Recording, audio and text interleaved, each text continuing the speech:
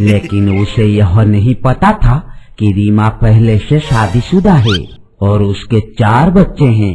सच्चू की बात सुनकर रीमा खुश हो गई और उसके प्रस्ताव पर सहमति जताई। एक दिन की बात है, एक गांव में सच्चू नाम का एक लड़का रहता था। वह बहुत भोला था, लेकिन उसमें एक दुर्गुण था। वो पढ़ाई छोड़कर हर दिन पबजी मोबाइल खेलता था। एक बार वह एक पाकिस्तानी लड़की के साथ पबजी खेलने लगा। अरे ये कौन आ गई? अरे ये तो एक लड़की है। अरे इसका लोकेशन तो पाकिस्तान है।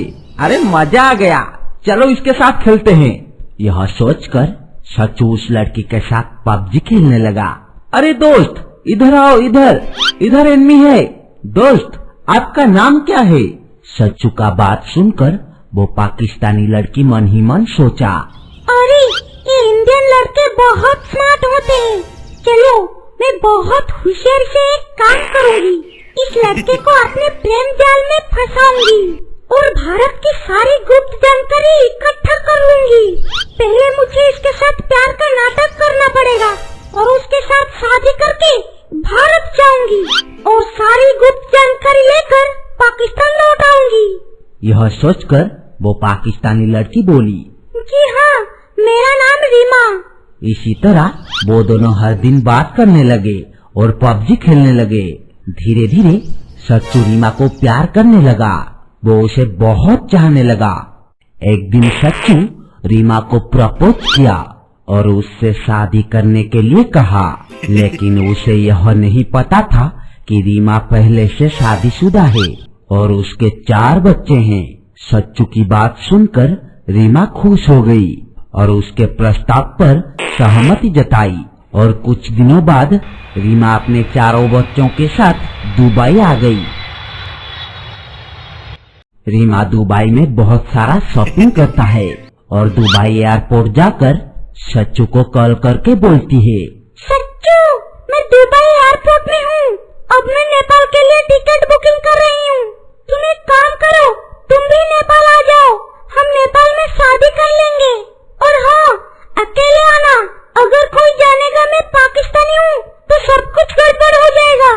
रीमा की बात सुनकर सच्चू बहुत खुश हो जाता है और वो भी नेपाल के लिए टिकट बुकिंग कर लेता है। और कुछ घंटे बाद दोनों प्रेमी नेपाल में पहुंचते हैं। उसके बाद एयरपोर्ट पर दोनों प्रेमी मिलते हैं। दोनों एक दूसरे को देखकर बहुत खुश हो जाते हैं और दोनों मिलकर एक होटल में रहने के लिए जाते हैं। होटल पहुंचते ही अचानक सच्चू ने सीमा के 4 बच्चों को देखा और कहा, सीमा ये 4 बच्चों किसके हैं? यह सुनकर सीमा कहती है, सच्चू मैंने आपसे एक बात छुपाई थी। मैं शादीशुदा हूँ और मेरे 4 बच्चे हैं। मैं मानती हूँ मैं आपसे बहुत बड़ी बात छुपाई थी, पर सच्चू मैं आपसे दिल से प्यार करती हूँ। मैंने सोचा अगर तुम मेरी सच्चाई जानोगे तो मुझे छोड़ दोगे। मैं बहुत डर गई थी। मैं अपने देश और परिवार छोड़कर आई हूँ। मैं तुम्हें बहुत चाहती हूँ सच्चू, मुझे अपना लो। तुम्हारे अलावा मेरे इस दुनिया में कोई नहीं है। और हाँ, मेरा नाम रीमा नहीं है, मेरा नाम सीमा है। यह सुनकर सच्चू बहुत इमोशनल हो गया, पर वो नहीं जानता था कि यह सीमा की एक चाल थी। उसके बाद सच्चू सीमा से शादी करने के लिए राजी हो जाता है और वो दोनों कुछ दिनों तक उस होटल में रुके। इसी तरह कुछ दिन बीत गया। एक दिन सच्चू सीमा को लेकर एक पंडित के पास चला गया और सीमा खुशी से अपनी धर्म परिवर्तन कर ली। वो मुस्लिम से हिंदू नारी बन गई। फिर दोनों ने खुशी से शादी कर ली। उस दिन सीमा बहुत खुश थी क्योंकि उस दिन सीमा की पहली प्लान सफल हो गई। अचानक सीमा ने सच्चू को कहा, बेबी आज से मैं तुम्हारी पत्नी हूँ। चलो अब भारत चलते हैं। अब मुझे भारतीय नागरिकता बहुत आसानी से मिल जाएगी। सीमा पर सहमति जताते हुए सच्चू सीमा और उसके 4 बच्चों के साथ भारत आ गया और उसने वो पाकिस्तानी लड़की को अपने घर में रखा। यह बात पूरे गांव में फैल गई और गांव के लोग उस पाकिस्तानी लड़की को देखने के लिए सच्चू के घर पर आ गए और सारे मीडिया वाले गांव वालों के पीछे पीछे आ गए। फिर सीमा और सच्चू ने मीडिया के सामने अपनी प्रेम कहानी बतानी शुरू की। सीमा और सच्चू की प्रेम कहानी पूरे भारत में फैल गई।